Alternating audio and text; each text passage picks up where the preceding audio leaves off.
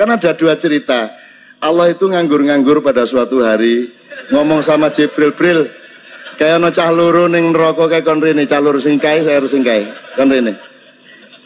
Wah Jibril, sing pundi? Kae sing kono kae karo sing kono. Kowe diceluk wong loro, terus ngadep Gusti Allah. Kowe ngopo kok mlebu neraka le? Kata Allah. Terus orang itu jawab, ya Allah, saya mohon ampun, selama hidup saya belum pernah berbuat baik. Selalu jelek kelakuan saya. Ngono ya pancen nek ngono wis pantes kuwi ning neraka. Nek kowe piye le? Ngapa kowe neraka? Wah, kula niku umur kula dawa. Luwih 90 ya Allah. Ning kula niku mboten tahu pisan-pisan taaten jenengan mboten tahu kula. Blas mboten tahu ngono kuwi. Oh, dadi kowe ora tahu taat karo aku. Ah, nggih pisan mboten. Nah ngono ya. Ya sekono bali. Allah kan mangkel akhirnya bali. Nah, wong loro ki reaksinya terhadap perintah bali, pulang kuwi berbeda. Sing siji sifat kuping, wah melayu disentak Gusti Allah melayu, sing siji melayu ning gojag-gajeg nolah-noleh ngene. Gusti Allah, loh, ada dua fenomena ini. Ngono ta. Bali rene terus dipanggil lagi, ada dua opsi ini. Kowe ngapa kok melayu sifat kuping? Kula ampun matur, kula niki selama hidup mboten tahu berbuat baik. Lah niki tiba-tiba jenengan perintah kon bali langsung melayu, lumayan ini saya berbuat baik sekali ini. Oh, dadi ku melayu mergo taat karo aku. Ah nggih, lumayan pisan. Lah sing ngono mlebu swarga kono. Ah ngono. Terus sijine meneh, lah kowe ngapa kok gojag-gajeg tolah rono nolah-noleh ngiwonengen. Lho kula niki ngeten lho, kula lak mboten tahu taat kalian jenengan. Kula niki karep kula nggih melayu sifat kuping niku kula mikir, aku dikon bali nang ndi maksude. Pancen aku sekon neraka ning apa ya Gusti Allah sing Maha Baik kuwi ngongkon aku bali nang neraka. Ah mestine ya ora. Dadi kula niku bingung. Iki kon bali nang swarga apa neraka ya bingung. Dadi kula gojag-gajeg. Kula niki bersangka baik kalian jenengan gitu kate. Oh, terus Allah, oh kowe iki gojag-gajeg kuwi mau mergo sangka baik karo aku. Husnudzon. Nggih, kula husnudzon. Wis nek ngono mlebu swarga kono. Karo-karone mlebu swarga. Jadi sekarang fatwa saya jelas malam hari ini, pilihlah salah satu di antara dua. Satu, jangan pernah berbuat baik. Nomor dua, jangan pernah taat kepada Allah. Sehingga nanti Anda masuk neraka terus dipanggil oleh Allah. Nek diceluk. Nek ora modaro. Di akhir Ihya itu ada cerita tentang rojak. Dan ini pasti di luar dugaan sampai. Karena sanad itu cara berpikir itu ya ikut saja. Yaitu ada dua orang ahli neraka dipanggil Allah. Dipanggil Allah dalam keadaan di borgol. Ditanya sama Allah, enak di neraka? Jawabannya pemuda itu ya, wah Gusti ya, di neraka kok enak? Ya jelas gak enak. Ya sudah, kamu kembali lagi ke neraka. Dugaan kita kan pasti anak ini gak mau. Ternyata enggak, dia lari sekenceng-kencengnya menuju neraka. Semangatnya Masya Allah. Makanya ini sekaligus ijazah, kalau disuruh masuk neraka yang apa? Semangat. Oh itu Tuhan akhirnya tanya, loh kamu tak suruh ke neraka kok semangat? Gusti saya ini sudah kapok, ketika di dunia kalau jenengan nyuruh sholat saya lelet, jenengan menyuruh kebaikan saya lelet. Sebagai bentuk kapok saya, jenengan menyuruh saya ke neraka saya semangat, supaya saya nurut. Barokahnya semangat menuju neraka, ya sudah di surga saja. Ya, makanya ini nanti kalau kamu disuruh masuk neraka, yang apa? Semangat. Karena kita di dunia itu ada di akhir Ihya. Artinya itu kan di luar dugaan kita. Cara berpikir seperti itu di luar dugaan kita.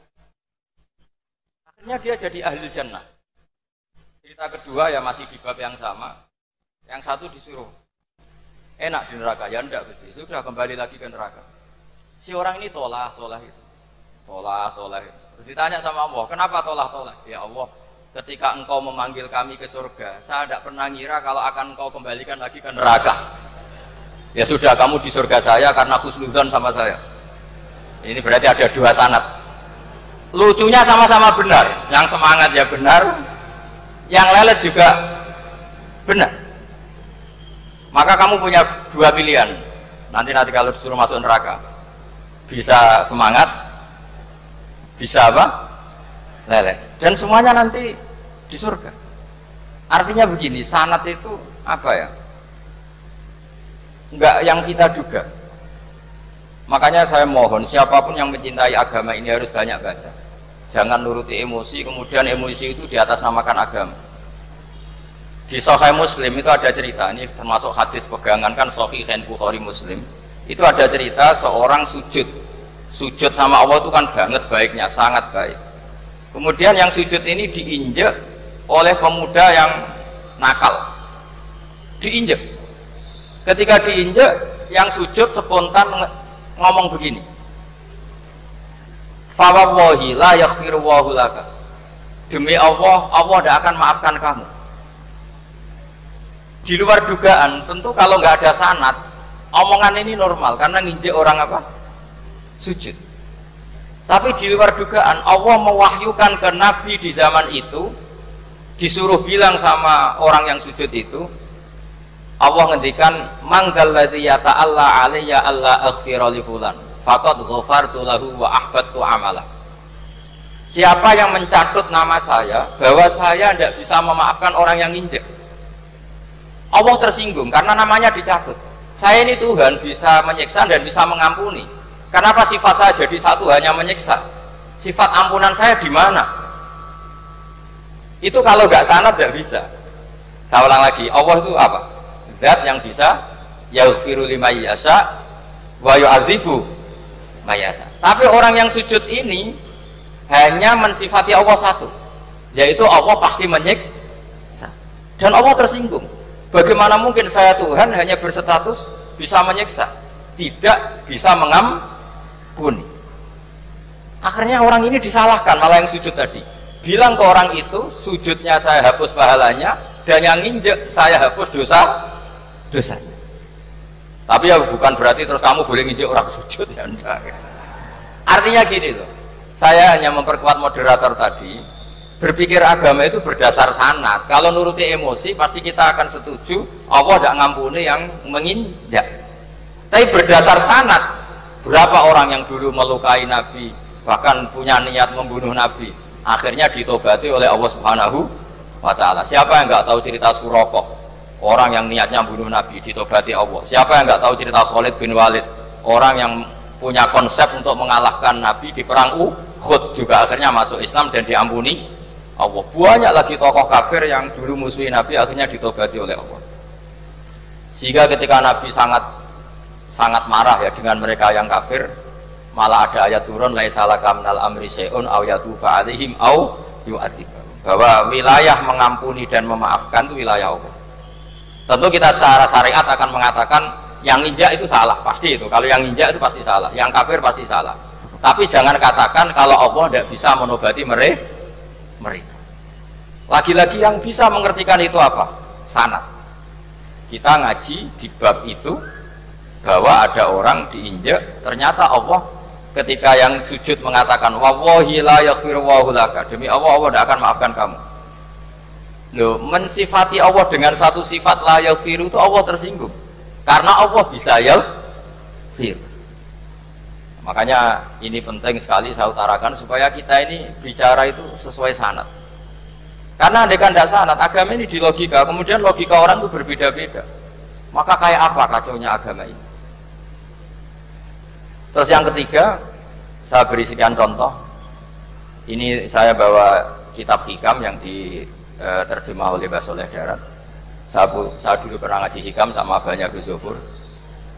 Cara berpikir Abul Hasan Asyadzili misalnya, umumnya orang itu kan kalau amal itu ingin diterima ya, kalau sujud ingin diterima Allah, kalau sholat ingin diterima Allah, dan kalau sangat ingin itu biasanya terus berlebihan, saking berlebihannya terus nangis minta amalnya diterima gitu. Tapi efek negatifnya gini, jangan-jangan nggak diterima, lalu kalau nggak diterima gunanya apa? Ini buruk sekali kalau mulai tanya sujud saya jangan-jangan nggak diterima, kalau nggak diterima gunanya apa? Itu menurut Abul Hasan Asyadzili itu pertanyaan dari setan. Bagaimana mungkin kita pernah menyesal atau menyesali sujud yang pernah kita lakukan untuk Allah Subhanahu wa Ta'ala? Wong dadi kawulane Allah, wis dikai bumi, dikai oksigen, dikai rezeki, tahu sujud, bareng dikasih tahu Jibril, sujud kamu gak diterima. Wah, getun aku sujud be Allah. Masa sujud sama Allah getun. Maka kata Abdul Hasan As-Sadili begini. Kafa bika jazaan an radiyaka laka ahlan. Cukup sebagai balasan dari Allah yang luar biasa, kamu ditakdir sujud. Wah, itu keren. Coba kalau kamu nanti ketemu Allah, ada orang yang sama sekali di bumi gak pernah sujud, lalu kamu ketemu Allah sujud berkali-kali, kemudian dapat kabar kalau sujud kamu gak diterima. Pantas mana kira-kira? Pantas yang pernah sujud apa pantas yang gak pernah sujud? Pantas yang pernah sujud. Sehingga pikirannya Abdul Hasan As-Sadili, sudahlah kamu bahagia saja karena kamu ditakdir pernah sujud. Itu satu anugerah Allah yang luar biasa. Kamu nggak perlu terganggu diterima apa nggak diterima, karena kalau kamu terganggu itu nanti lama-lama mengatakan apa gunanya sujud kalau tidak diterima, dan itu setan menang kalau sudah ada pertanyaan apa gunanya sujud.